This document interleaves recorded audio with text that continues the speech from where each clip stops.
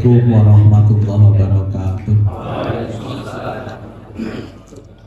Alhamdulillahirabbil alamin wa bihi nasta'inu ala umurid dunya waddin. Allahumma shalli wa sallim ala Muhammadin wa ala alihi wa ashabihi ajma'in, amma ba'du. Bapak-bapak yang saya hormati dari pimpinan cabang Muhammadiyah Moyudan, jauh-jauh ke Tepus yang isi tetap orang Moyudan. Enggak apa.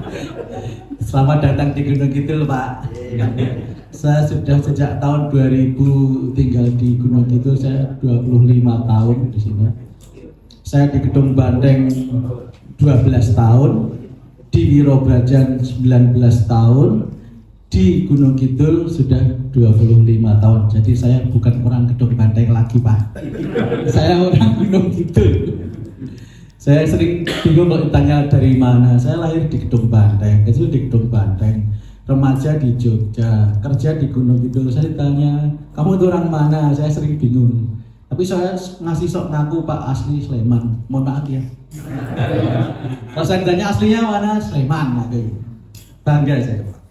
Sleman. Selamat bupatinya ya. Banyak tim saya jadi. Syukuran ini berarti suka, Mas. Nanti dapat bantuan, Mas. Bupatinya menang, Mas. Di sini ada, Bupati Sleman, Mas. Oh, Sleman. Kalau pindah itu bupati saya. Tapi saya bukan tim ses. Karena saya PNS. Yang pertama, saya sangat bersyukur bahwa pertama ternyata memang dunia dakwah itu bisa mempertemukan masa lalu, masa sekarang, dan masa depan, Pak. Jadi dengan ikut partisipasi di dunia dakwah itu kita bisa ketemu dengan teman masa lalu jauh, teman masa kecil. Mas Abu kan teman masa kecil dulu. Dolan nong kali depan itu, Mas. Boleh apa itu popoan? Duduk kamu baru ya, Mas. Popoan. Masih di mana, Mas? Tekan setran barang kan. Setran. Dene. Yang paling jauh mana? Saya itu karena sampai di Gedung Banteng sampai usia 12 tahun, mohon maaf mungkin kurang eksplor ya. Yang paling jauh dari mana? Yang paling berat yang dari Sumber Arum mana, Ngacu? Setran. Jenengan kok? Kebiar. MC Setran. Setran. Kemudian yang dari Sumber Rahayu, Gamblong dan kawan-kawan. Jangan putih. Jenengan putih, Pak. Oh, Terak Pantai Ceplon. Terus yang dari Sumber Sari. Sumber Sari dari mana? Lahar. Oh. Saya ada satu kampung yang sampai saat ini belum pernah masuk, Pak. Kedung Galih. Sampai sekarang saya belum pernah masuk, Pak. Nek Ngaglik bola Bali ya, siapa? Hanggar apa itu? Nah, itu berapa kali ada acara pengajian di sana. Yang dari Sumber Agung? Garongan ini. Nek biyen kan jalure kan gede gedongan, terus jenggalan, ento-ento, nulisan, ponggo, ngentrak, gitu kan? Waktu saya nikah awal-awal itu istri saya tajak muter-muter, gini jenggalan, gini tulisan. Besok kalau dia ketemu orang Mayudan di luar Mayudan, saya kudu cerita ngerti, ini Bu Saniem ya. Nah itu guru saya SD itu, Bu Saniem masih suka kuliah. Salam deh, guru ya Mas. Bu Yatimah, Ponggo itu, Bu Murti masih saya sering ketemu ngatur ke senam mama saya di Gedongan. Yang pertama saya sangat bersyukur bahwa ketemu dengan panjenengan semua, dan ini menurut seorang psikolog Amerika yang bernama Seligman, jenengannya adalah orang yang bahagia dalam arti yang hakikat bahagia. Mas Kosim mana nggak gitu? Delek. Ini saya nek nesu noleng dari Simbah. Dia waktu kecil dia kalau marah dari Simbah, enak Simbah cerah. Maaf ya Pak, Ustadz di roasting. Paling nggak enak kalau saya mengajar di Banteng Mas saya, oh ngerti masa lalu gua. Nanti nggak enak. Masa kecilnya kan tahu. Jadi yang namanya orang bahagia itu kan dibagi 3 Pak. Kalau jenengan lihat jagung ini, Seligman itu membagi kebahagiaan menjadi 3. Yang pertama ada yang namanya pleasant life. You know what I mean? If I speak in English, you know? Jangan kalah dong dengan santri asal. Little, you can. Okay. Kalau dalam bahasa Inggris ada 3 macam kebahagiaan. Ada yang bahagia temporary, ada yang bahagia agak panjang dan bahagia panjang. Yang pertama adalah pleasant life, yang kedua good life, dan yang ketiga meaningful life. You know? Yes or no? Or. Ada pleasant life, ada good life, ada yang namanya meaningful life. Seorang dai, tokoh bagi tokoh Muhammadiyah itu pasti sudah tarafnya pada meaningful life. Betul ya? Hah? Jenengan itu sudah bahagia yang level ketiga. Ini ada orang yang mengatakan ini hierarki, ada yang mengatakan ini proporsi, ada yang mengatakan ini proses. Jadi yang pertama ada pleasant life. Pleasant life itu adalah orang yang mencari kebahagiaan dengan, kalau ibarat dia makan itu dimakan sendiri Pak. Jadi mencari kesenangan, pleasant life. Orang yang mencari hidupnya untuk mencari kenikmatan. Saya punya teman Pak, teman kuliah saya itu dia punya list punya list daftar rumah makan yang ada di Jogja. Iki aku wis dicentang-centang itu. Aku ngerti gunung itu Mas, tolong gak ada list. Dia memang sukanya mencari yang namanya wisata kuliner. Sampai sekarang saya tidak memahami bagaimana konsep wisata kuliner. Sebab menurut saya pribadi mohon maaf, sejauh pemahaman saya, makan itu bukan untuk kesenangan, tapi untuk kebutuhan. Kita kan orang hidup sudah dengan kebutuhan Pak. Min husni islamil mar'i tarkuhu ma la ya'nihi. Halo Ustaz Qasim, silakan. Wau Qasim atau wau Qasam? Jadi kalau kita itu sebenarnya makan itu sebatas kebutuhan, apalagi yang sudah 50 tahun ke atas. Wonten ingkang yuswanipun sampun 50 minggah. 1-2 gitu. 1-2. Yang lain 60 tahun ke atas. Kalau kita sudah 50 tahun ke atas, makan itu memang hanya sebatas kebutuhan. Tapi kalau seperti Mas Bayu ini masih sepegol ya gitu. Oke, iki. Apa nih Mas Eko? Oke. Nah, oke iki kita belajar. Jadi kalau kita yang namanya 50 tahun ke atas, makan itu memang hanya sebatas kebutuhan. Seperti saya itu makan sudah ditakar Pak sama istri. Jadi kalau saya makan itu nasinya diambilkan sama istri Pak. Bukan karena saya tidak, karena diatur saya itu. Istri saya di luar. Tidak sani. Jadi kalau kita itu mencari kenikmatan yang sifatnya pleasant, dulu ada iklan ice cream Magnum itu for pleasure seekers, you know? Untuk orang yang mencari kesenangan fisik ya, badaniah, jasmaniah itu kan sifatnya hanya sesaat toh. Kalau kita minum ini ya, minum apa ini namanya? Kopi asalam. Tapi termasuk saya bukan penggemar kopi, ya nggak bisa menikmati kopi. Sampai sekarang saya belum bisa memahami kenikmatan orang mancing, orang kopi, orang main kartu. Saya itu laki-laki apa ya, main kartu enggak, mancing enggak, kopi enggak, merokok enggak. Kalau Pak Dunu itu merokok berat. Di keluarga saya itu ada 2 laki-laki itu, Pak Diajron, Mas Ajron dan bapak saya itu perokok berat. Saya enggak sama sekali. Dan itulah doa istri saya. Dulu istri saya doanya, ya Allah saya minta suami yang tidak perokok. Untung bu dongane ibu nek dua tidak perokok dan ganteng pasti bukan saya. Jadi kita harus tahu bahwa mencari kenikmatan yang sifatnya fisik itu mau nggak mau makin ke umur kesini pasti akan berkurang. Enak-enaknya dengan makan itu seberapa sih? Ada yang masih mau sate nggak di sini? Masih mau sate? Mas Abu sate masih mau? Mantan kepala organisasi dulu teman diklat saya Pak, pernah dia juara 1 beliau diklat itu dulu. Saya juara berapa Mas? Juara bawah. Jadi yang namanya kita makin umur kesini itu yang namanya makan dan kenikmatan, termasuk kenikmatan seksual. Makanya kalau saya sering bayangin yo, ada seorang laki-laki usia 60 tahun nikah dengan usia 20 tahun, 30 tahun ini gimana menjalaninya Mas Farid? Oh, ada contohnya enggak? Yang usia sudah manula punya anak, kalau saya punya teman nikah sama yang muda kalau pedofilia gitu. Kalau dulu baru cerita. Oke gitu. Bapak mau membuat eksperimen.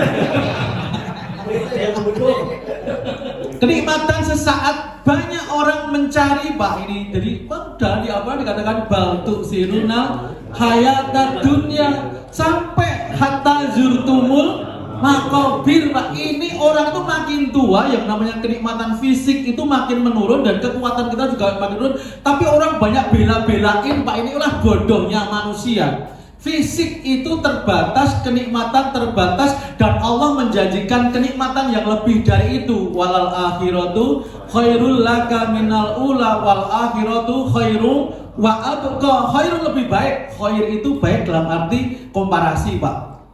Kemarin saya dapat pertanyaan dari PCM Patok waktu pengajian. Apa sih Pak bedanya khair dengan ma'ruf dengan apa jenis apa? Ihsan. Kok pertanyaannya sama dengan PCM Patok jadian ya? Saya kemarin isi pengajian PCM Patok pertanyaan seperti itu. Kalau khair itu kan, aduh dengan Mas Kosim nih, sorry ya Mas. Khair itu kebaikan dalam arti komparasi, perbandingan. As-sholatu khairum minan naum. Sholat itu baik, tidur itu juga baik Pak pada waktunya. Tapi di waktu subuh, sebelum subuh, memilih untuk sholat itu jauh lebih baik. Khair dalam arti pilihan. Jadi khair itu kenapa jenengan dakwanya ada yad'una ilal khairi pertama tuh Pak. Ya Mas Haidar, halo. Ini putrane Zuti ya. Hafidnya itu bapaknya itu. Kalau imam itu panjang-panjang. Makanya kalau saya lagi Zuti pas dia itu aku langsung benake.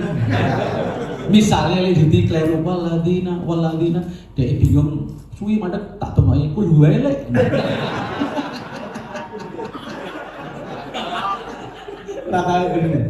Jadi inilah bodohnya manusia. Yang pertama, kita itu secara fisik makin lama makin menurun, Pak. Alhamdulillah saya masih kuat nyobain sampai sini. Sebetulnya ini Mas. Ya. Tapi berapa kali juga di situ pengajian. Jadi memang bodohnya manusia itu fisik makin menurun.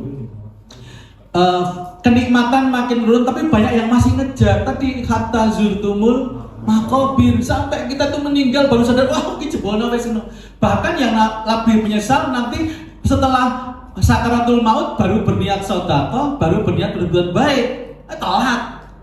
Jadi kalau kita niat berbuat baik sudah sakaratul maut, Fir'aun itu juga taubat Pak, tapi sudah sakaratul maut. Jadi kalau kita taubat, berbuat baik, menambah kualitas setelah sakaratul maut itu untuk telat. Kemarin ada tetangga saya itu stroke Pak, ya usianya yang 10 tahun di atas saya, baru berniat ke masjid. Ketika ke masjid itu jalannya diseret-seret dulu. Dia ngomong sama saya, aku nyesel ya Pak Hasan, lah kenapa enggak dulu-dulu? Emang dulu kemana aja lo? Masjidnya juga dekat rumah lo, mana aja lo? Batinku, ini ramani nih melahirkan. Wajib penting sak menika Pak, istiqomah sak menika. Itu yang pertama. For a pleasant life. Yang kedua ada yang namanya good life. Good life itu kenikmatannya memang lebih panjang. Ini good life itu di dunia pekerjaan, karir, berkeluarga, berorganisasi, yang dalam arti saya belum bicara yang Muhammadiyah dan yang bersemangat spirit dakwah. Itu kita memang good life itu kalau ibarat makanan, dia senang memprosesnya. Seperti mama saya, orang ibu, mama. Saya panggil mama di mama dikira kancaku, kamu panggil ibumu mama yo, mama yo. Tak udung bandeng undangi mama kabeh. Kenapa ada udung bandeng kok panggilnya ibu mama yo? Itu kan dari bahasa Melayu ya. Itu yang kedua, ada good life. Good life itu karir, kemudian posisi, jabatan, itu memang melahirkan kebahagiaan. Itu pun ada ada limitnya, tidak unlimited, itu ada limitnya. Pekerjaan harus pensiun, ya Mas Abu. Saya Mei ini pensiun Mas Abu. Insya Allah bulan Mei tahun 2025 saya pensiun. Jadi mesti pengajian esok iso Mas Abu. Tekan Denggateng wani, tekan Medan wani esok, karena sudah pensiun. Jadi karir, berumah tangga dan sebagainya, posisi di masyarakat itu, jabatan itu adalah good life, hidup yang baik. Itu kenikmatannya juga berbatas Pak, karena ada pensiun, ada masa jabatan, masa bakti. Tapi ini yang terakhir. Oh iya, monggo Pak. Mas Atak wong sumbangan, kembangan, liane polos. Dia itu drummer saya. Masih ingat Mas Atak. Ayo.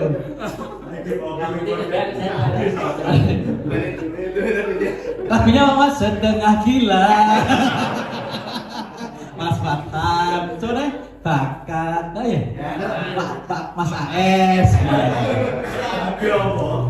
Mas AS nama lengkapnya. Oh ini Mas AS nah? Kok ndak nong? Mas operasi plastik ya Mas? Kan paling ke Thailand operasi plastik. Mas AS kan nama lengkapnya kan Isa alaihissalam ya. Nenek pas latihan C. Kalah. Tidak jadi Mas bakat gitu. Jadi yang namanya good life itu kehidupan yang membawa kebahagiaan, tapi ini berbatas Pak, ada limitnya. Karir dan sebagainya. Seperti kalau ibarat orang tadi dalam hal makanan, dia lebih suka memprosesnya. Mama saya itu kalau lebaran sering bikin makanan, tapi dia sendiri nggak makan. Aku saya nunggu lebaran tuh ya mangan, nggak nanti toh gimana. Banyak anak bilang kalau yang itu sudah ngomong makan nanti terus dikon.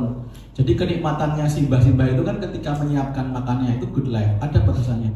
Tapi menurut Seligman ada kebahagiaan yang paling panjang yaitu meaningful life. Kebahagiaan ketika kita bisa memberi sesuatu manfaat kepada orang lain, dan ini adalah panjenengan semua. Kenapa yang namanya meaningful life itu, misalnya saya punya makanan ini, bagi orang yang meaningful life dia akan milih makan secukupnya dan berbagi kepada orang lain. Makanya dia akan kalau jagung ini saya makan, nanti di plastiknya ya Mas. Enak aja. Saya akan saya bagian Mas kepada orang-orang yang membutuhkan Mas. Saya butuhkan ini anak saya. Seperti gaji saya itu nggak pernah saya kasihkan pada yang membutuhkan. Itu istri saya. Jadi kalau jagung ini kita kasihkan sama orang dengan yugo, ini akan bernilai panjang Pak. Yang disuguh lego mendoakan itu yang akan menjadi panjang. Jadi kalau barang ini ada habisnya, ada rusaknya, tapi kebaikan itu akan abadi Pak. Hamu biar nong tebus disuguh jagung. Itu kan kebaikannya akan panjang Pak. Kebaikan itu nggak akan pernah habis. Jadi Mas AS Mas. Ini jadi paham lagi ya. Aku nggak nyangka. Kok nggak, saya tuh tadi kok kita bilang sopo toh agak jebulno temen segrup. Bandnya masih Mas. Kawan-kawan kita reuni ya.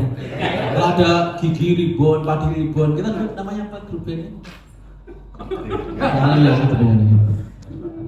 Ya. Jadi bagaimana kita memberi manfaat kepada orang lain, itulah yang kebahagiaan yang paling panjang. Inilah yang akan didapatkan oleh para ahli dakwah seperti panjenengan yang berkomitmen dakwah amar ma'ruf nahi mungkar. Ada beberapa hal yang perlu saya jelaskan di sini. Kenapa dakwah itu begitu pentingnya? Tapi ini ayat wis hafal ya. Ojo muji Mas Haidar loh. Kalah karo bapake lho. Nek imam orang mingkulu. Jadi yang pertama, kenapa kita harus dakwah? Jelas dengan sudah hafal ayatnya. Kenapa kita milih jalan ini? Jelas ini tidak bid'ah ya. Jelas ada ayatnya. Ud'u ila sabili rabbika bil hikmati wal mau'izatil hasanah. Tebak-tebakan surat apa, ayat apa? 5, 4, 3, 2, 1. An-Nahl ayat 125. Yang pertama bahwa manusia itu kan punya dua fungsi Pak, hidup ini. Manusia dengan fungsinya dia akan menjadi berkembang, dengan fungsinya dia akan menjadi bertahan lama, dia dengan fungsinya dia akan beri manfaat. Yang pertama fungsi sebagai Abdullah, hamba Allah. Bukan Pak Abdullah Effendi ya. Masih suka beli? Masih. Alhamdulillah, mudah-mudahan banyak umur. Saya kecil itu dia udah tokoh itu, saya besar dia masih tokoh ya Pak. Saya kecil dia tua, saya tua dia. Jadi yang pertama fungsi kita kan Abdullah, hamba Allah. Yang kedua fungsi khalifatullah. Fungsi Abdullah itu, hamba Allah itu prinsipnya adalah ketaatan. Jadi kalau kita mau berkreasi itu jangan di wilayah Abdullah Pak. Sholatnya piye yo ben gayeng. Kan ada agama saudara kita itu kan ibadahnya gayeng Pak. Saya pernah waktu dulu di Kesra itu, saya pernah di Kesra Mas Abu. Dol gayeng sih malah belum pernah saya.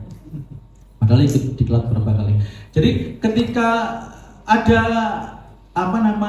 kreativitas Pak, terutama di agama Kristen itu banyak kreativitas dalam ibadahnya Pak. Pakai piano, pakai tarian, pakai drum, pakai segala macam. Saya pernah menghadiri karena itu ada peresmian itu gitu.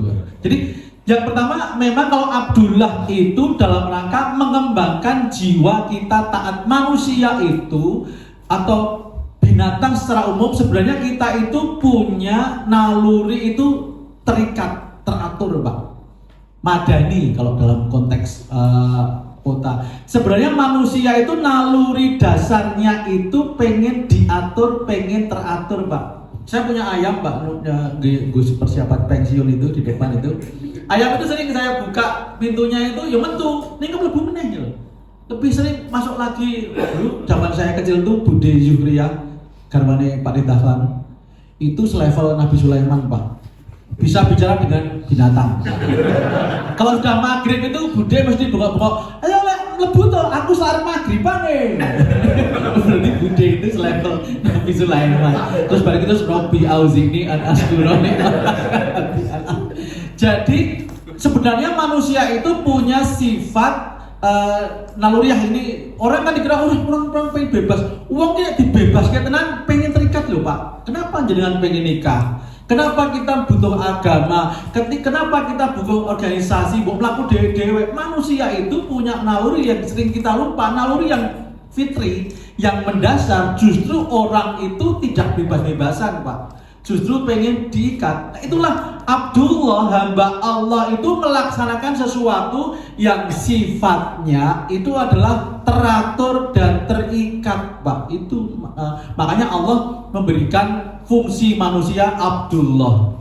Di sisi lain manusia itu pengen berkreasi Pak. Makanya Allah memberikan lahannya yaitu khalifatullah. Jadi kalau jenengan pengen berkreasi, pengen mengembangkan ide-ide baru, kalau di ibadah kan namanya kan jadi bid'ah. Tapi kalau sekarang ada di sosial media itu banyak apa-apa di bid'ahkan. Sering Anda muncul, ya emang bid'ah kok gak mau dibid'ahkan. Jadi kalau Abdullah itu memang Allah tahu bahwa manusia itu suka teratur, suka terikat, suka keteraturan, regular itu seneng Pak. Irregular itu memang kalau hewan memang lebih luas irregularnya, tapi kalau manusia memang lebih seneng teratur. Itu yang pertama Abdullah. Yang kedua fungsi yaitu khalifatullah. Khalifatullah itu jelas memakmurkan diri dan lingkungan, wajib itu. Bapak Ibu sekalian yang saya hormati, kalau jangan punya kipas angin, mungkin pakai AC loh. Madrasah apa pesantren yang pakai AC ini jarang ya. Lauknya apa Mas kalau sarapan? Sate. Saya tahu. Kalau saya itu di Al-Hikmah, saya tanya anak-anak pengajian di Al-Hikmah, tadi pagi sarapannya apa Mas, Mbak? Sate Pak. Wah keren. Al-Hikmah sate. Tiap hari sate. Iya Pak. Keren. Dananya berapa saya tanya Pak Harun almarhum. Sate itu sate terong yo Mas. Sini apa menunya apa? Yang sering telur lagi. Lebih keren. Jadi kalau panjenengan punya kipas angin, kemudian kipas angin itu kan fungsinya kan dia bisa jalan, bisa ke kanan kiri untuk menyejukkan. Kalau kipas angin itu Bapak tidak bisa bergerak, tidak bisa muter, jangan ngapain? Hah? Kalau kipas angin itu diserviskan. Kalau diservis tetap nggak bisa berfungsi, dibuang. Paling untung dikeluarke ya, dan harganya murah. Begitu juga dengan manusia. Ketika manusia itu tidak berjalan fungsinya, itu selevel dengan barang rongsokan. Jadi kalau dia tidak beribadah, dia tidak menjadi khalifatullah, dia itu selevel dengan barang rongsokan. Barang rongsokan itu makin lama makin murah. Tapi kalau jenengan jadilah barang antik, Pak. Barang antik itu fungsinya masih, bentuknya bagus, dilihat menarik, itu makin lama akan semakin mahal. Maka jadilah barang antik, jangan jadi barang rongsokan. Jadi kalau Pak AS diloke jenengan antik, jangan marah, Pak. Jangan paling antik di sini tuh. Paling dua. Tapi paling ganteng loh beliau sini. Saya sama beliau itu pernah syuting bareng sinetron apa Mas? Ganteng-ganteng serigala. Dia yang jadi yang ganteng, saya jadi. Jadi kalau kita makin tua itu makin berharga mahal, maksimalkan fungsinya. Sekarang ada Honda Civitung. Dulu saya Pak Mah Najib ya. Zaman era Mah Najib kayak Civitung itu keren banget. Kalau zaman saya SMA itu Astrea. Jadi dulu ada sebuah peribahasa bagi anak-anak cowok-cowok, cah wedok iki rapate ayu nek Pak Astrea ketok ayu ya. Ora Mas Atang. Mas Atang kan banyak ceweknya dulu. Berapa Mas cewek yang ketika kamu nikah siapa yang sakit hati berapa orang Mas? Korban terakhir istrinya karena bentuk beliru.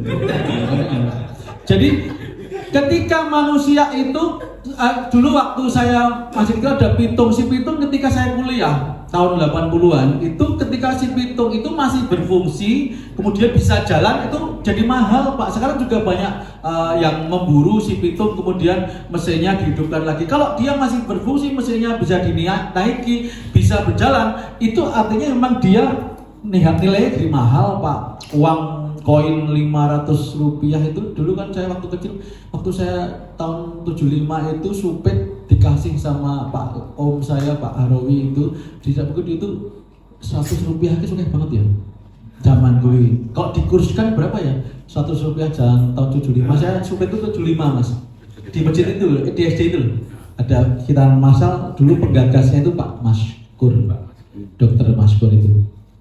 Jadi saya supet atas di-endorse oleh Pak Dr. Mansur.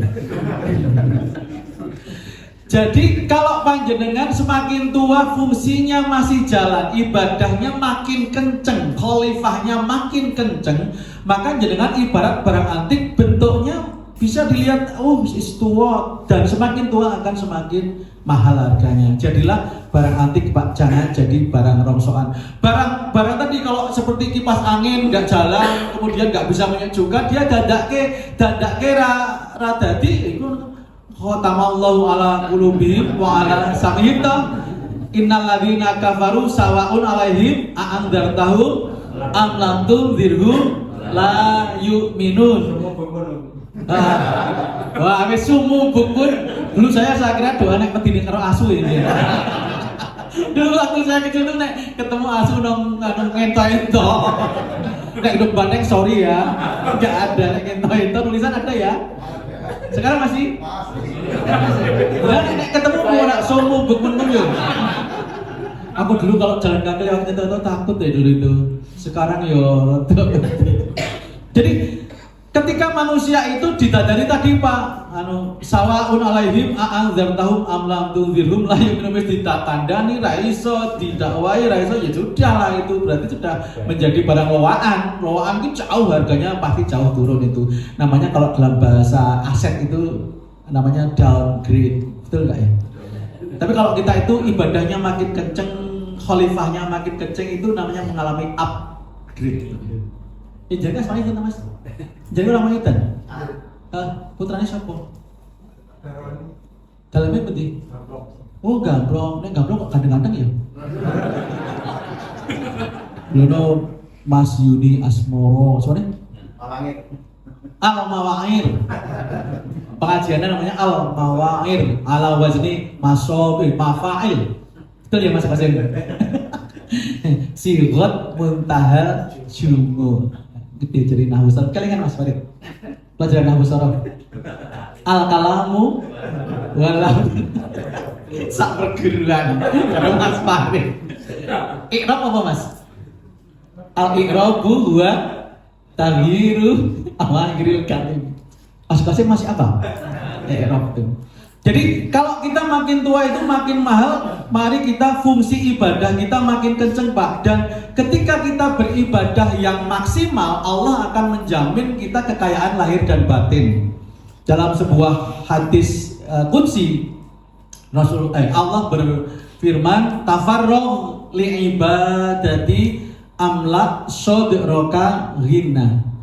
Bersungguh-sungguhlah ya bani Adam, tafarragh li ibadati, bersungguh-sungguhlah beribadah kepadaku, maka aku akan memberikan kamu kekayaan tidak hanya sekedar finansial, tapi sampai ke hati kita. Orang itu kalau kaya hanya harta, kebanyakan pelit Pak.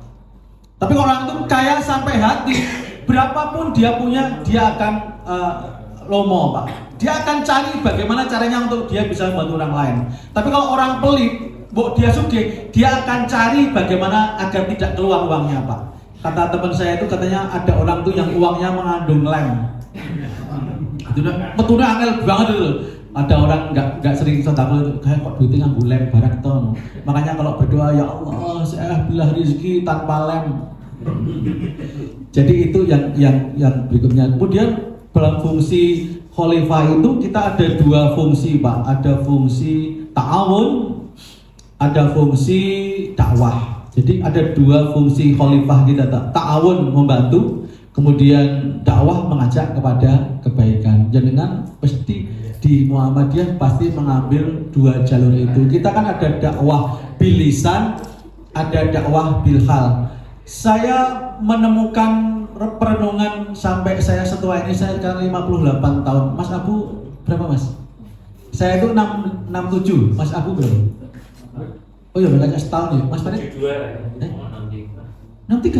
Pokoknya 7 atau 6 ya. Dan dia rupanya yang menunggu ya Pak. Kayaknya kalau dia sarapan mengandung formalin deh. Dia rupanya yang menunggu terus. Apa? Loh, tunggu jenengan ganteng loh. Sok ngono bully orang deh. Jadi kalau kita itu beribadah dengan sungguh-sungguh, jelas jaminannya rezeki Pak. Yang pertama kalau jenengan baca surat Quraisy, fal yaqudu rabb hadzal bait alladzi at'amahum min ju'in wa amanahum min khauf. Kita bahkan hendaklah kamu selalu, ini karena pakai mudhari itu istimrar ya, ini kontinuitas. Maka hendaklah kamu selalu, bukan hanya nyok-nyok, bukan hanya insidental, bukan hanya temperamental, bukan hanya kalau butuh, bukan hanya kalau sedang mood, enggak. Ibadah itu tidak berdasarkan mood, ibadah itu tidak berdasarkan pada keinginan saat, tidak. Tapi ibadah itu harus selalu fal ya'budu. Kemudian dua, janji Allah alladzi at'amahum min ju', yang akan memberikan makan kepadamu sehingga terjauh dari rasa lapar. Ini melambangkan kesejahteraan lahiriah. Jadi kalau kita beribadah sungguh-sungguh, kontinu, istiqomah, itu akan dijamin dengan jaminan lahiriah. Kita akan dijamin dari rasa lapar dijauhkan. Yang kedua, wa amanahum min khauf, dan diberi rasa aman sehingga kita dijauhkan dari rasa takut, alias kita diberi kesejahteraan batiniah. Kurang apa Pak? Kita secara lahiriah kita dijamin walaupun gas mahal. Oke gas. Sekarang antri gas. Aku mau dicok anak apa? Itu anak abah dulu. Nek bapak kan jadi kan rokok dulu. Saya enggak. Jadi bapak saya itu berhenti merokok karena rokok itu dilikuti sama anak-anak itu ketika sudah usia 60 lebih. Jadi bapak sekalian yang saya hormati, ini yang pertama ibadah kita maksimal. Kemudian khalifah Pak, khalifah kita juga harus maksimalkan. Satu, dakwah mengajak kebaikan. Yang kedua yaitu ta'awun. Dua hal itu. Saya menemukan hasil perenungan dari berbagai, saya pindah beberapa kantor, beberapa rumah saya pindah. Saya ikut orang tua itu pindah sekali, saya kos sekali, kemudian rumah dinas pernah, kemudian di rumah kontrak pernah, rumah sendiri pernah. Ternyata memang kita di mana-mana itu nggak ada yang namanya lingkungan yang sempurna, itu nggak ada, Pak. Dulu saya pikir Kedung Bandeng itu paling baik, Pak. Orang yang tidak pernah keluar dari Kedung Bandeng akan berpikir seperti itu, Pak. Contohnya, ada fenomena the glorious of last ya, apa kejayaan masa lalu. Jadi Kedung Bandeng, tapi sekarang Kedung Bandeng yang muda-muda sudah lumayan ada pembaruan ya. Ya Mas Abu. Iya, siap. Yo kenal tuh nyolian lah Mas. Jadi yang namanya berteman itu atau berteman dalam jangka waktu lama itu yang namanya sedekah menurut saya itu bukan sunnah tapi wajib. Iki jadi istihad saya pribadi loh, istihad saya. Ketika kita berteman, saya suami istri atau berteman dengan siapa yang sering satu kantor, satu tim, itu pasti pernah ada namanya kekecewaan, mangkel, dan itu hanya bisa disogok dengan sedekah. Jadi sedekah itu bagi orang yang berumah tangga, bagi orang yang bersahabat dalam waktu lama itu bukan sunnah lagi, wajib menurut saya. Dalam rangka menjaga ta'awun, menjaga hati itu memang yang namanya sedekah itu perlu, Pak. Saya pernah kan sama temen itu nyebelin, "Ning kok sok jajaki yo." Makanya jenengan kalau punya sifat nyebelin imbangilah dengan suka jajaki. Jadi itu yang namanya dakwah, kemudian ta'awun. Mari kita bahas yang dakwah dulu. Yang dakwah ayatnya banyak, Pak. Jenengan pasti semuanya sudah hafal. Kenapa kita harus dakwah? Ayatnya udah hafal ya. Misalnya satu, dakwah itu merupakan ciri orang atau komunitas atau kelompok circle yang pasti beruntung, Pak.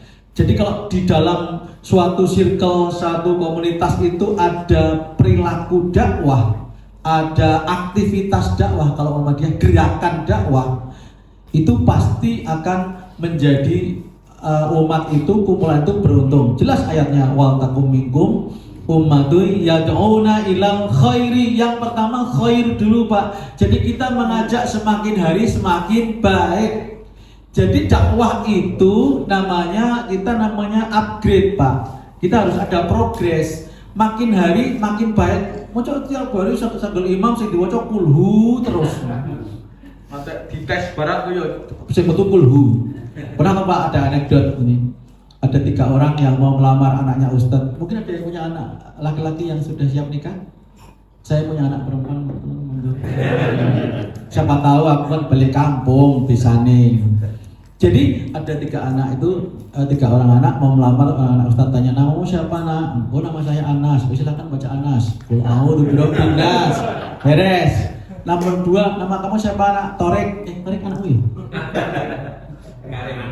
Mas Karim. Oh iya Mas Karim. Namanya siapa? Torek? Haji Torek. 2 bulan sudah diajak ke Mekah. Namanya Torek, silahkan baca surat At-Tariq was-samai wat-tariq bisa. Yang kedua ini Pak, nama kamu siapa nak? Ali Imron. Waduh, coba baca Ali Imron. Maaf Pak Ustadz, nama saya Ali Imron tapi panggilannya Kulhu. Kulhu lagi Mas. Di sini nggak boleh. Di sini ada bid'ah mengharamkan Kulhu. Jadi kan mengharamkan Kulhu loh Mas. Bid'ah itu Mas. Jadi jelas yang pertama orang dakwah itu mengajak menuju yang lebih baik. Ya dauna, mengajak. Da'a itu kan ada makna mengajak, ada makna memanggil kan. Mari kita memanggil, mengajak ke arah yang baik. Orang mengajak itu ya dauna itu harus menjadi contoh, bukan hanya memberi contoh. Orang tua itu harus menjadi contoh, bukan hanya sekedar memberi contoh. Memberi contoh itu gini loh, kalau nak ngomong orang aku, Mas Abu itu ganteng, pinter, soleh itu. Orang Kedung Bandeng lagi. Kedung Bandeng itu di mata orang Kedung Bandeng. Dan saya termasuk orang. Jadi ngomong Pak Najib loh Mas. Surah itu mampir. Jadi pertama dakwah itu yang di surat Ali Imran 104 ini jelas wa ulaika humul muflihun, kan dua ada wa'tasimu bihablillahi jami'a wala tafarraqu. Itu kan yang pertama mengajak kita berpegang pada aturan dari Allah, tali dari Allah, kemudian jangan berpecah belah. Kemudian di ayat 103 itu kan bagaimana menerangkan orang itu naluriahnya itu kan bermusuhan Pak, apalagi saat pilkada, pilek, saya yakin pilihannya nggak sama ini. Walaupun sama-sama Sleman, apakah semua milih Hardo Iswoyo? Mesti ada yang enggak ya? Ada yang milih Kustini, Kusuka, ngaco. Kasihan deh lo. Aku live kok wani ini. Gak ada sinyal datang. Jadi kita itu mesti harus tadi setelah kita berpegang pada agama Allah, kemudian dengan sesama kita baik, walaupun dinamikanya di 103 itu dinamikanya Pak, dulu kamu tuh bermusuh-musuhan loh, tapi karena rahmat Allah, karena petunjuk Allah, sampai dikatakan di tepi jurang. Apa kata-katanya? Syafahu rotim minan nar ya, fa'angkodakum min hadi. Di 103 itu dinamikanya manusia itu memang ya bermusuhan, bertentangan, beda pendapat itu di Ali Imran 103 Pak. Jadi di organisasi nek beda pendapat ki wajar. Yang nggak wajar itu beda pendapatan. Jadi kalau misalnya di organisasi, biasanya organisasi itu godaannya ini Pak adalah ketika organisasi itu udah punya sesuatu.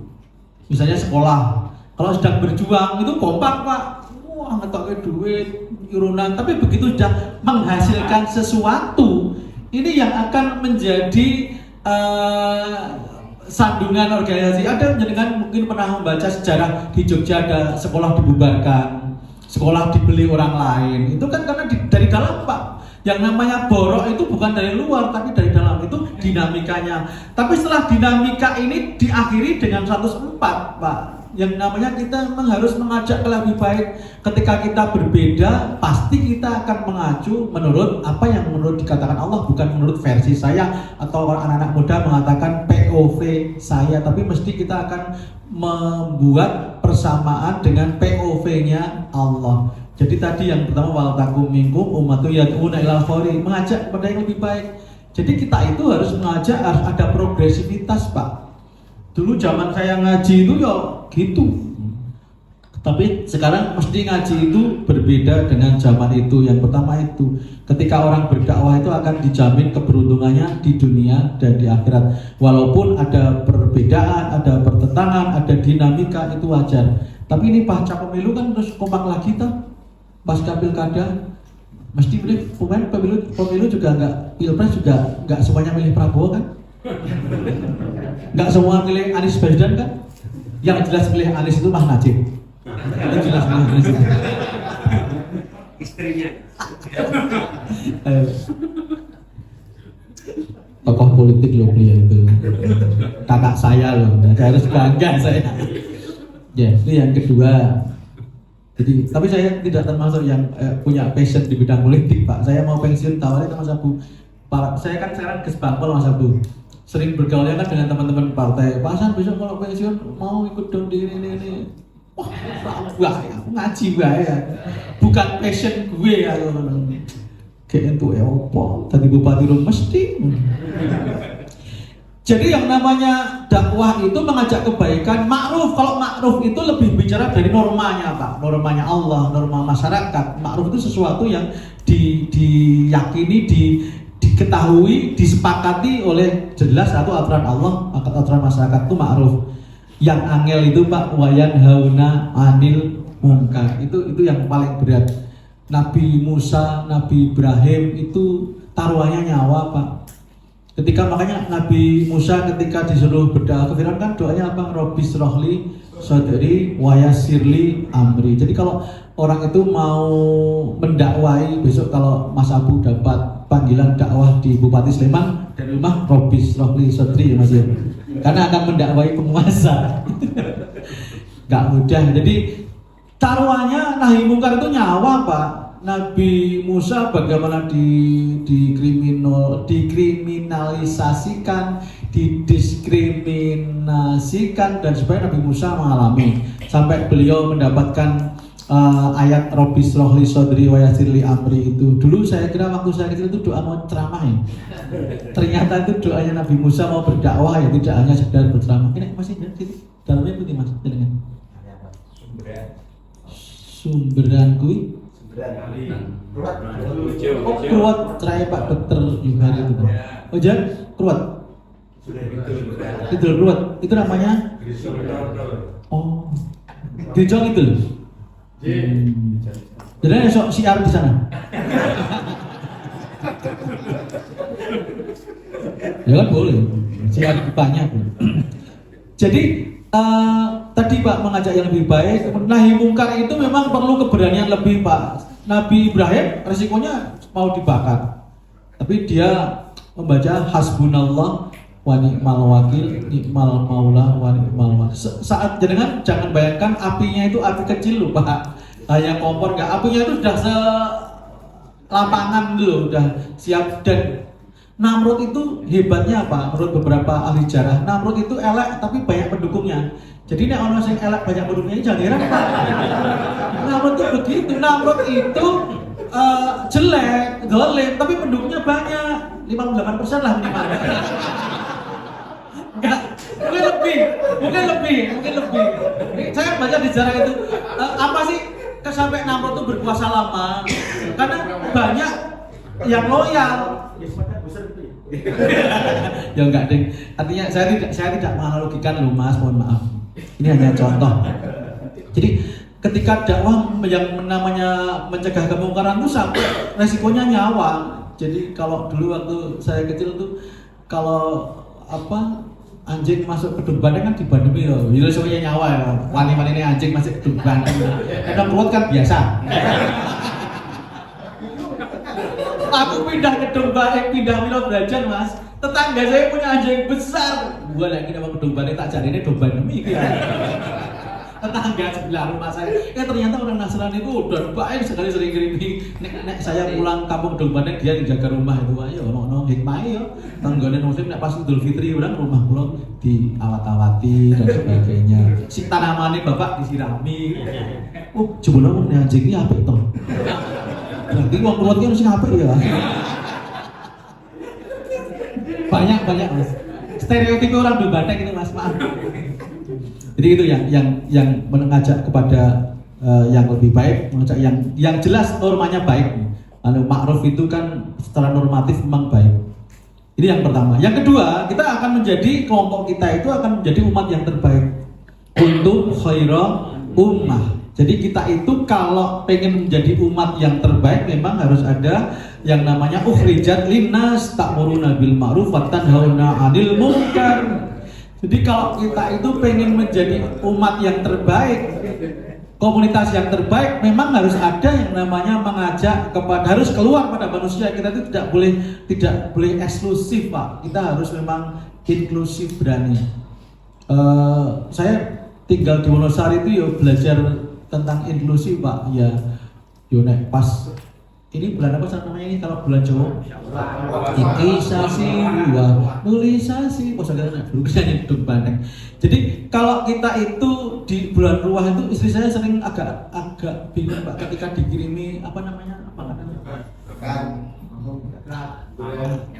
Nyadra, keduren, apem, kola, ketan apem, kan udah terus jadi rekayasa atau dibuat kola apa motoa terus afwan itu kan legenda loh Pak, nggak ada nasnya ya Mas Qasim ya. Itu ada nggak Mas? Menurut dulu zaman siapa Khulafaur Rasyidin mungkin ada istihad, ketan, kola apem. Kalau orang Jawa, saya nggak nyalahkan, cuma orang Jawa itu kan apa-apa harus dilambangkan kan. Jadi kalau orang Jawa itu kan menyampaikan sesuatu kan tidak to the point, tidak opo-anane. Beda dengan orang Medan, orang Padang. Mertua saya itu dari Padang Pak. Saya pertama kali terkaget-kaget Pak. Bapak mertua itu dari Solo, ibu mertua itu dari Padang Pak. Pertama saya terkaget, ngomongin Enggak gitu mas, saya nyuci kan, istri saya sedang melahirkan, kemudian saya nyuci, ibu saya itu orang Padang, cuci itu enggak gitu, terus aku tak berhenti lah ngomong bojoku, aku belum nyuci dengan kriteria aku sendiri, nggak mau dengan kriteria orang lain aku, karena orang Padang mas yang jadi, kamu kan udah dapat Padang, nggak ada culture shock kamu itu. Jadi nek nesu nang nelek judi kidul mlayu ngalor. Ngalor nesu mlayu kidul.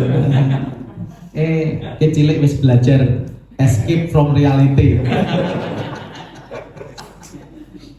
Jadi ini yang kedua, kita tidak mungkin menjadi umat kita terbaik kalau tidak kita bisa keluar ya. Kita keluar ukhrijat itu kan Allah ini kalau dari aspek bahasa ini kan pasif ya. Ukhrijat dilahirkan Allah Pak, itu memang maunya Allah bukan mau kita.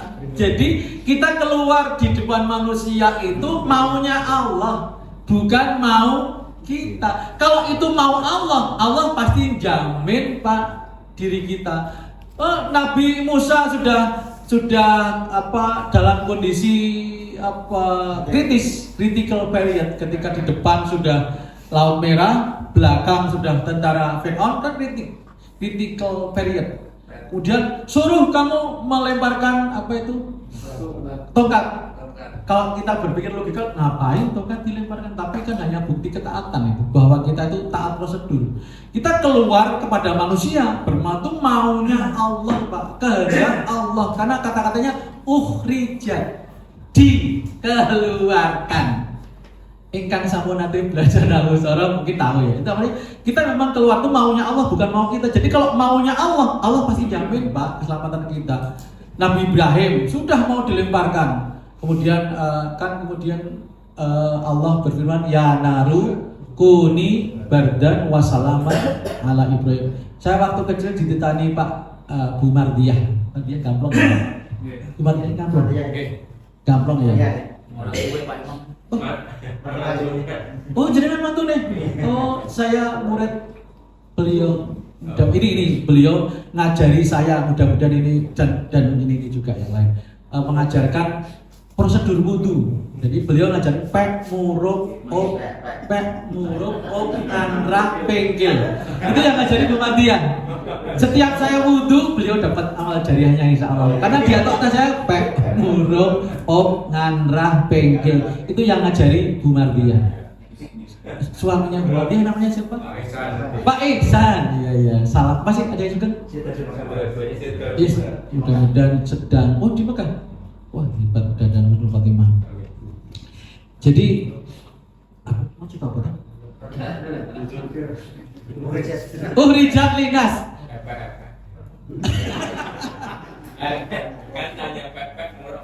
Pek murung nganrang pengkel. Itu yang ngajari Pak Bu Mardiah. Terus maksudnya mah harus ngerti. Belum sempat diwariskan ya. Begitu ya? Nah, lewat saya Mas. Kalau kemarin saya sempat silaturahmi Pak Zarkoni saya kemarin. Setelah saya pulang umroh itu saya ngasih air zam-zam ke Pak Zarkoni.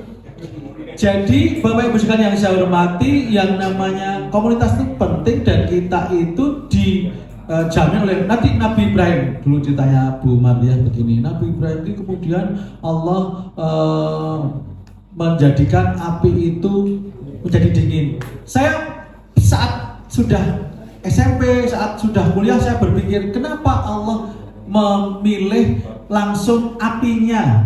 Api untuk menolong Nabi Ibrahim lewat api itu kan harus mengubah sifat dasar api. Natural law atau sunatullahnya kan api itu panas toh gitu. Tapi api itu karena kehendak Allah menjadi sifatnya dingin. Kan natural law, sunatullah itu karena Allah yang berkehendak toh, ya Allah yang berkehendak ganti. Jadi kalau kita jangan pernah mengatakan mungkin. Karena kalau itu kehendak Allah apapun terjadi. Kun fayakun idza arada syai'an ayaqula lahu kun fayakun. Jadi karena kita berdakwah, kita berkomunitas itu kehendak Allah, insya Allah kita akan jamin. Nabi Ibrahim sudah dalam kondisi critical itu diganti oleh Allah dengan api sifatnya dingin. Makanya ada seorang mantan petinju Muhammad Ali, kemudian apa? Dulu waktu kita sekolah Muhammad Ali tanding terus bubar ya sekolahnya. Jadi kalau Muhammad Ali tanding itu libur fakultatif. Kok dulu juga tidak ada dinas pendidikan Sleman, nggak pernah ya dulu ya. Saya belum pernah, saya selama SD itu ada dinas pendidikan datang ke SD Bandar itu nggak pernah terjangkau oleh dinas pendidikan Sleman. Masa aku wis dari PNS, wis tekan kedepannya ngurung mau kancaku dinas pendidikan Sleman. Zaman aku SD itu belum tahu ono dinas pendidikan tekan desa itu. Berarti nek ra tahu tekan podo wae ora progres. Jadi yang namanya kita itu harus karena maunya Allah dari Nabi Ibrahim, Nabi Musa juga begitu. Ketika kita berpikir logika, kenapa tongkat harus bisa dilemparkan? Dan yang namanya mukjizat itu tidak bisa direplikasi semau kita, Pak. Misalnya Nabi Ibrahim habis itu pertunjukan jalan di atas sapi gitu, nggak bisa, Pak. Musa pertunjukan tongkatnya jadi ular, nggak bisa. Jadi mukjizat itu diberikan dalam saat yang genting, saat memang Allah harus menunjukkan kekuasaannya gitu. Biar hamba yang beriman semakin beriman. Wa idza tuliyat alaihim ayatuhu zadathum imanan. Tapi orang kafir yang sawaun alaihim a'anzartahum. Jadi akan membedakan Pak mukjizat itu mana orang yang beriman, mana yang kafir. Nabi Ibrahim begitu, Nabi Musa begitu, Nabi Yunus sampai dia resikonya dilemparkan dari perahu ya, sampai dia di dalam perut ikan kan sumpek ya. Jangan bayangkan Pak, Nabi Sulaiman, Nabi Yunus, coba jangan dalam satu kamar tidak ada jendela, tidak ada lampu, tidak ada AC, tidak ada apa-apa, sempit seperti apa. Nabi Yunus masih punya harapan, la ilaha illa anta subhanaka inni kuntu minadz dzalimin. Ini yang saya baca tanggal tua Pak. Tanggal tua banyak yang namanya tonjokan itu mepet saya la ilaha illa anta subhanaka inni kuntu minadz dzalimin. Biar keluar dari perut ikan itu sumpah itu Pak. Jadi kita itu maunya Allah, makanya kita karena itu kita mengikuti maunya Allah, maka kita akan diberi yaitu predikat umat terbaik. Termasuk kita nikah. Nikah itu kan wa min ayatihi an khalaqalakum min anfusikum azwajan litaskunu ilaiha. Jadi pernikahan itu kehendak Allah. Jadi ketika ada konflik, ketika ada perbedaan, kita harus mengembalikan lagi ke maunya Allah. Orang konflik itu kan mauku, maumu. Orang yang merasa punya power, mauku harus dimenangkan. Orang yang tertindas akan main play victim. Lah, aku dikalahke itu main play victim itu biasanya orang yang kalah itu play victim, Pak. Oh, mesti gara-gara ini kecurangan. Itu play victim. Iya betul, Pak. Jadi jagonya kalah mana? Play victim ya. Jadi karena maunya Allah, orang nikah ketika ada konflik agar bisa bertemu ya kita kembalikan ke maunya Allah. Visi misi Allah itu apa? Jangan mauku, jangan maumu. Tapi ini buat nikah ya. Sorry. Yang kedua, kita akan karena kita oleh Allah maunya Allah kita memang harus keluar, Pak. Kita nggak boleh hanya Rasulullah kan pernah berkholwat. Tapi kan berkholwat tuh nggak boleh terlalu lama, Pak. Kita itu kalau jenengan sholat misalnya sholat zikir subuh sampai suruk, habis itu kan harus mencari nafkah, harus bergaul. Suruk itu kan sekarang jam berapa tuh Pak? Terbitnya itu? Sekarang kan subuhnya agak siang ya. Maaf saya harus cepetan besok pagi ke Godean ya. Besok pagi ke tempatnya Pak Samsul. Embun pagi 1. Ye. Gimana? Besok harus berangkat sebelum subuh ya. Nih yang ketiga, ternyata bahwa dakwah itu merupakan ciri orang yang bisa memprioritaskan sesuatu yang penting. Dalam surat Luqman ayat 17, Allah berfirman, "Ya bunayya aqimis sholata wa'mur bil ma'ruf wanha 'anil munkar wasbir ala ma asobak inna dzalika min azmil umur." Sesungguhnya itu hal yang penting tadi Pak, mendirikan sholat, mengajak kebaikan, kemudian kita meninggalkan kemungkaran itu hal yang penting. Orang yang penting itu yang bisa mementingkan hal-hal yang penting. Ada Jonathan Field, itu orang Amerika, mengatakan fenomena apalagi sosial media ini, banyak orang yang mementingkan hal yang tidak penting. Sekarang coba dengan lewat 0 km joget-joget, jalan-jalan foto-fotoan dan sebagainya. Bukan berarti yang foto-fotoan itu nggak penting ya, tapi memang ada sekarang kita diingatkan oleh Allah lagi bahwa mengajak kebaikan itu adalah suatu hal yang harus diprioritaskan, min azmil umur, urusan yang harus diutamakan. Jadi kalau kita dakwah itu adalah kita itu termasuk orang yang penting karena kita melakukan sesuatu yang penting, mementingkan yang penting. Yang terakhir, orang dakwah itu investasi yang tidak pernah rugi. Rasulullah bersabda, "Man dalla ala khairin falahu mislu ajri fa'ilihi." Hadis riwayat Muslim, hadis riwayat Tirmidzi dan beberapa perawi. Kalau ada sebuah hadis bunyinya sama, maknanya sama, yang meriwayatkan banyak itu sering dikatakan dengan mutawatir ya, atau viral. Semua orang mengatakan itu, nggak janjian loh, belum ada dulu. Gue ngomong ya, misalnya Bukhari ngomong Muslim, ngomong Tirmidzi, ngomong ini ya, nggak ada rekayasa. Itu namanya mutawatir. Siapa yang mengajak kepada kebaikan, maka dia akan mendapatkan balasan sama dengan yang berbuat itu tanpa mengurangi. Makanya Bapak Ibu sekalian, sebagai seorang bapak, jenengan minimal mengajarkan kepada anak membaca Al-Fatihah. Menurut Ustadz Adi Dayat, minimal bapak-bapak itu mengajarkan ngecek lagi bacaan Al-Fatihah. Pak, saya itu udah yakin dan merasa bacaan saya yang diajarkan di Gedung Banteng itu benar, paling benar.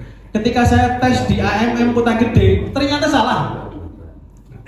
Saya dijebak sama Pak Jazir, yang atas Pak Jazir di AMM Kota Gede itu. Saya waktu kuliah daftar ngajar di AMM Kota Gede. Alhamdulillah keterima juga walaupun ada salah itu. Ternyata yang pertama Bapak dijebak dengan coba baca doa keluar dari kamar mandi. Dengan pedenya, Gedung Banteng soalnya yang ini gamping ya. Alhamdulillah, saya bacanya salah pertama kali. Alhamdulillahilladzi adhaba 'anil adza wa 'afani. Bilang Pak Jazir galak banget.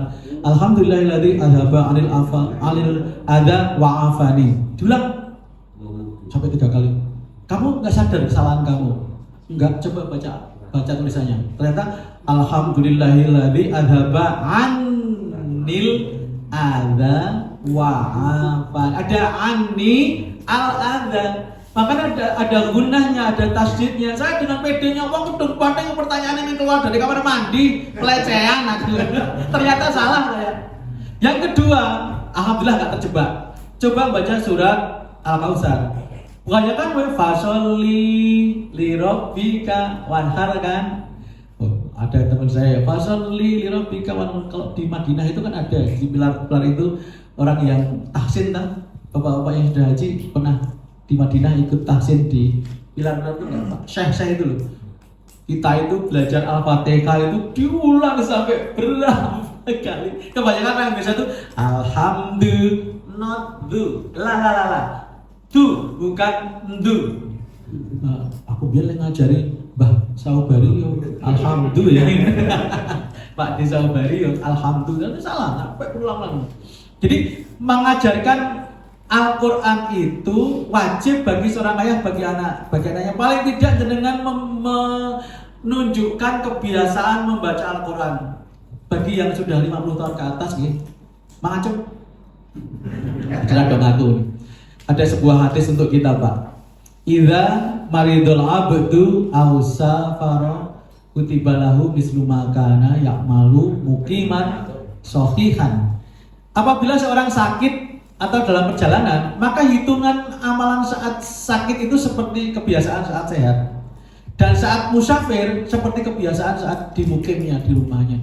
Jadi mumpung kita 50 tahun lebih masih sehat, segera menabung kebiasaan baik. Kalau di Gamblong siapa yang biasa adzan, Mas Masjid? Kalau subuh siapa yang adzan? Kalau bapaknya Mas Yuni itu sudah sinter Yuni Asmoro itu, Pak siapa? Siapa bapaknya Mas Yuni Asmoro? Bapak Mas Agung orang itu, Mas Agung Mabrur itu. Siapa namanya Pak bapaknya Mas Agung itu? Pak Jumidi, masih suka? Oh, nek bapaknya Mas Yuni Asmoro siapa ya? Dulu sering. Oke. Jadi kalau kita sudah 50 tahun ke atas kok masih sehat, harus punya kebiasaan baik, Pak. Karena kita nggak tahu kapan kita diuji oleh Allah dengan sakit. Tapi ketika kita sakit, misalnya biasa sholat subuh jamaah, satu saat ketika itu tidak bisa jamaah karena sakit, dia masih dihitung seperti sholat jamaah. Tetangga saya di Kepek Wonosari itu, Pak, monggo mangke katuran penarak teng Wonosari Kepek nggih, Pak, nggih besok. Nek kula panen jambu nggih kula subuh jambu. Nek kula panen pisang nggih kula subuh pisang. Nek kula panen rambutan nggih kula panen subuh rambutan. Nek kula panen kelonjono nggih kula.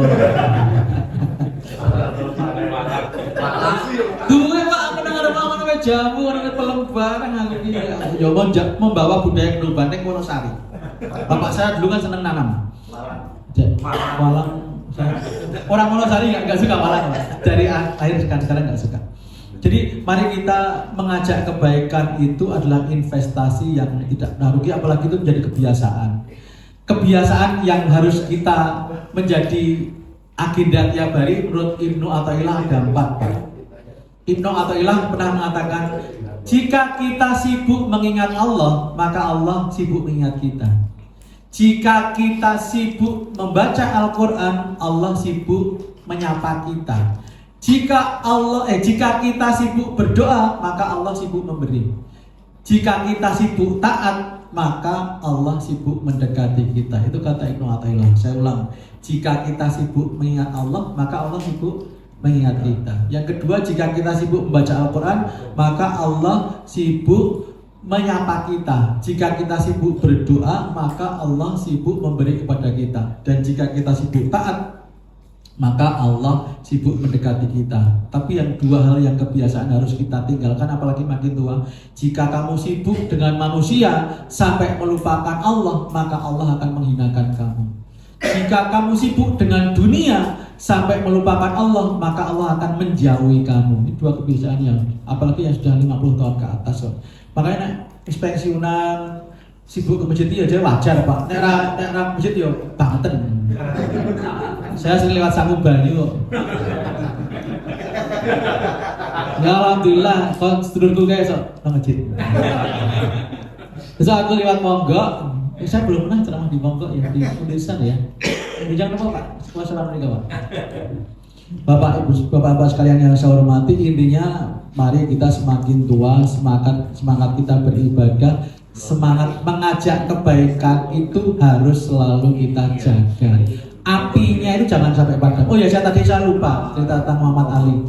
Muhammad Ali itu kemana-mana bawa korek, Pak.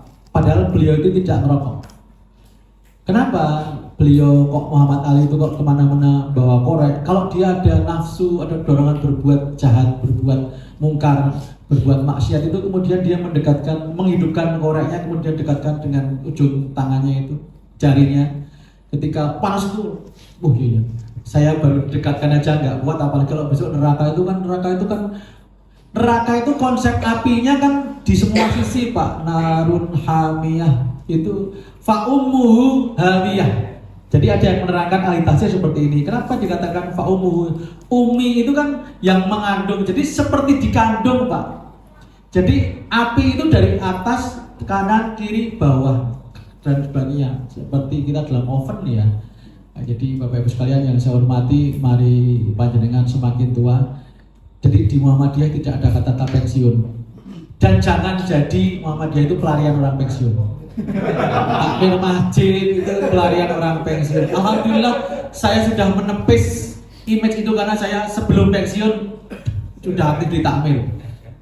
Kalau habis pensiun baru aktif di takmir ya nggak masalah sih, nggak apa-apa. Nggak ada yang salah.